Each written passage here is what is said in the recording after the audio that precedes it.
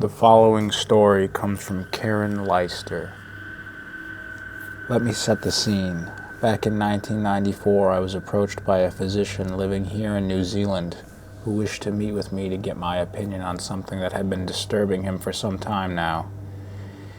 He refused to tell me what the matter was about and kept insisting he needed to show me something. I've had my share of cranks over the years, and I have relegated this individual into that category if it weren't for something in his voice and manner that conveyed the honest conviction of his request. I asked him to meet me at my home, but he preferred not to, and instead chose a little cafe in the center of town as our meeting place. He did give me his name, and at that particular time, he had retired from the medical profession. I arrived at the cafe at 12:30, and since he had told me to go to the back, that is where I headed. Being lunchtime, the cafe was nearly full, and as I walked past the tables to the rear, I saw a man who was sitting alone, facing my direction, get up and move towards me. He obviously knew who I was, as there was no hesitation in his eye contact with me, nor his stride towards me. He introduced himself and gestured for me to join him at his table. There were only 2 seats at the table, one facing the wall and the other one facing opposite, which meant I would have had my back to the wall. I began to take the seat nearest to me, which meant that I would have been facing the wall. He quickly gestured that he didn't want me sitting there and asked me to change seats. At that moment, I didn't understand why on earth he wanted that, but the look on his face told me he had a reason of asking me this. Later, of course, I realized that by sitting with my back to the wall with no one behind me gave me the opportunity to view what he had brought to show me without risk of others being able to see what I was looking at. After we were both seated, he thanked me for meeting with him. He then proceeded to tell me how he had recently come back from a trip to the United States, where during that time he had stayed with another physician friend of his who worked for the U.S. military. They had been friends and colleagues for a number of years. He proceeded to tell me that during the visit his friend had seemed extremely agitated and wasn't his normal self at all. Something weighed heavily on this man's mind. 3 days into his stay they were having dinner, and his friend had been drinking heavily, which was something strange in and of itself, as he had not seen his friend ever take more than a glass or 2 of wine in the entire time they had known each other. As the evening progressed, his friend had started discussing how he had recently seen something very disturbing to him and needed to share this with him. He said he had been working late one night at the base where he was stationed when he was told there had been an accident and they were bringing in a body to which he had to do a preliminary examination of. He then proceeded to detail the night's events and how the body was brought in with horrific injuries, the likes he had never seen before in all the years of his medical career. He said the body had been mutilated. An eye was missing, an ear. Photos had been taken of the victim as he had been found, and those photos accompanied the body. 2 of these photos the physician had managed to secure for himself. It was these 2 photos that he brought out to show his friend, and it was the same photos that were now in the possession of the physician who sat opposite me in the cafe during that busy, bustling lunchtime. He told me that his friend had asked him to hold on to the photos in case anything happened to him, as he just didn't feel safe anymore, and besides, he hated having them around. I had listened to what was being told to me with very little interruption until he had mentioned that the photos were now in his possession. I asked him whether he had them on him, and he nodded in the affirmative.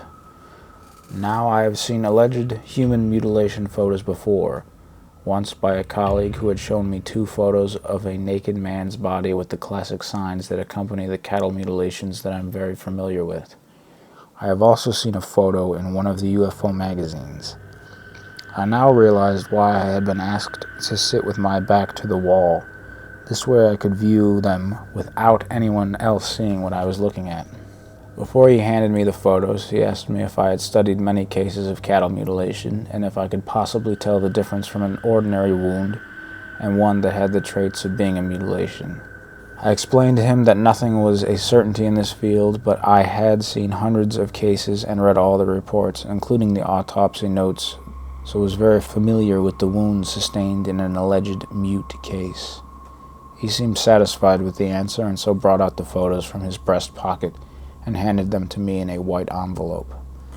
Now, since I was unable to keep the photos or make detailed notes of them at the time of viewing them, the following account of what was in the photos is from the mental note I made of them, trying to remember as much detail as I possibly could.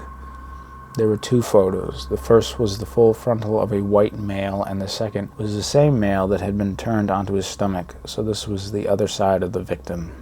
The photos had been taken at a field of lush green pasture. It was difficult to determine how old he was, as the face had been so disfigured that age could not be determined that way. However, the physical appearance of the body was in quite good shape, so I estimate that he was between the age of 20 and 35. His facial injuries were almost exactly what I had seen time and time again in the cattle mutilation cases. His left eye had been surgically removed, including the eyelid. His lips had been removed in a very clean and precise cut, so had his left ear, and the left hand side of his jaw had been removed, taking part of the jawbone and teeth with it. The incision along the jaw had extended past the removed segment of jawbone to include a further strip of tissue that stopped about 2.5 inches from the base of the chin. I could see no blood at all, no blood around the wounds, no blood on the ground, no blood anywhere. Next, I looked at the torso and saw 2 very clean cookie-cutter pieces that had been removed from the chest area. These would have measured approximately 2 inches in diameter. Again, no blood could be seen around the wound area. I have often wondered about the lack of blood in the animal cases that I have seen pictures of. I wondered if there was blood, but that it was just harder to see due to the sometimes matted, dirty hide/hair of the animal. In this case, however, with the victim being human, if there had been spillage of blood, there certainly was no trace of it from what I could see. It had either been cleaned away or wasn't there in the first place. I moved down the photo to the genital area. The sexual organs had been completely removed. Again, no blood was visible. There appeared to be no injuries to the legs that I could see, so I went on to the second photograph.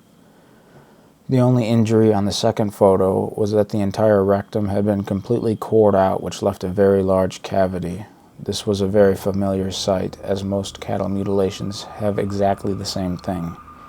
If you haven't seen this before, then it's much like taking an apple and using a core to remove the inside core.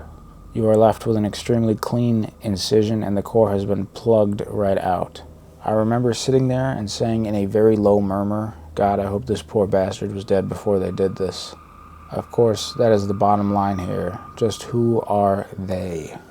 After I looked at the pictures for quite some time, I looked up at the physician opposite me, and I could see from the look on his face that he had become rather resigned. I suppose he was hoping I would tell him that these photos bore no resemblance whatsoever to the cattle mutilations. Unfortunately, I couldn't do that, as what I was looking at resembled 100% of what I'd seen with animal mute cases.